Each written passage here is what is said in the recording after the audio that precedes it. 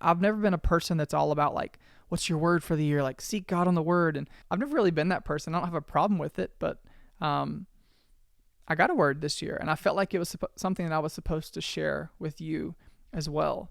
I believe that this year is the year to walk through open doors. Now, what do I mean by that? I think if some of us are honest, we've been turning on some doorknobs where the door's locked. I think if we're honest, we've been knocking, picking the lock, and even trying to break in the window to get to some opportunities, some seasons, to try to see some promises fulfilled in our own life. We've been trying to get into some doors that aren't opening. And I just want to restfully and calmly tell you, I don't think they're supposed to open. I want to read this in Revelation. It's chapter 3, verse 8. I know all that you've done. Now I've set before you a wide open door that no one can shut. For I know that you possess only a little power, yet you've kept my word and haven't denied my name. God opens doors that no man can shut. We use the word God a lot, but I want to talk about the Father.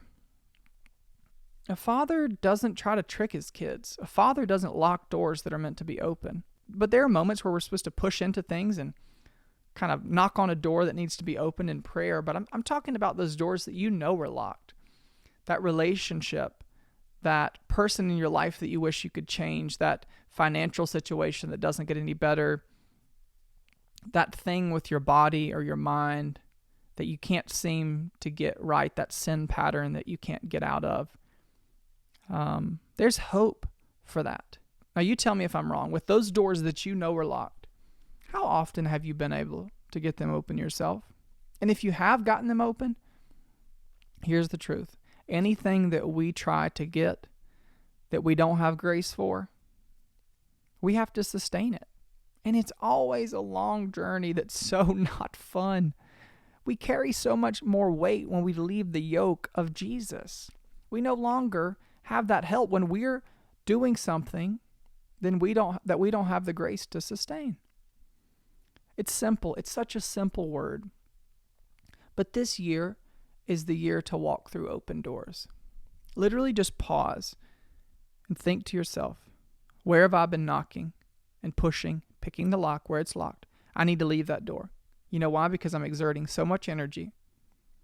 I'm exhausting myself trying to open a door that God hasn't opened.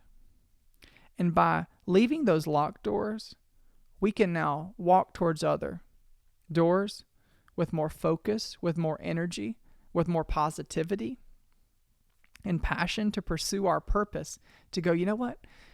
If God wanted that door open, it'd be open and I could walk right through.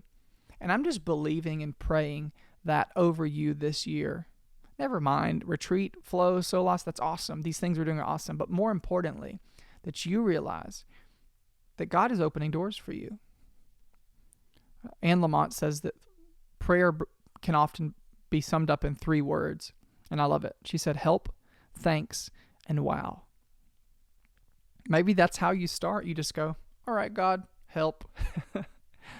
Or you begin to thank him. Gratitude, oh my gosh, it's the greatest medicine. Or wow, the wonder, the awe. Look at what God has done in my life. If we can stay in that place of contentment, if we can seek first the kingdom, if we can realize that if a door is supposed to be open, God will open it. There's nothing that can stop us in this new year. If you have any questions or thoughts or suggestions, I would love to hear those in the comments. I'm going to be active and reading those and replying to those and even creating some content off those. So I always appreciate the comments, and I hope that you guys step into the new year more encouraged and motivated than ever before.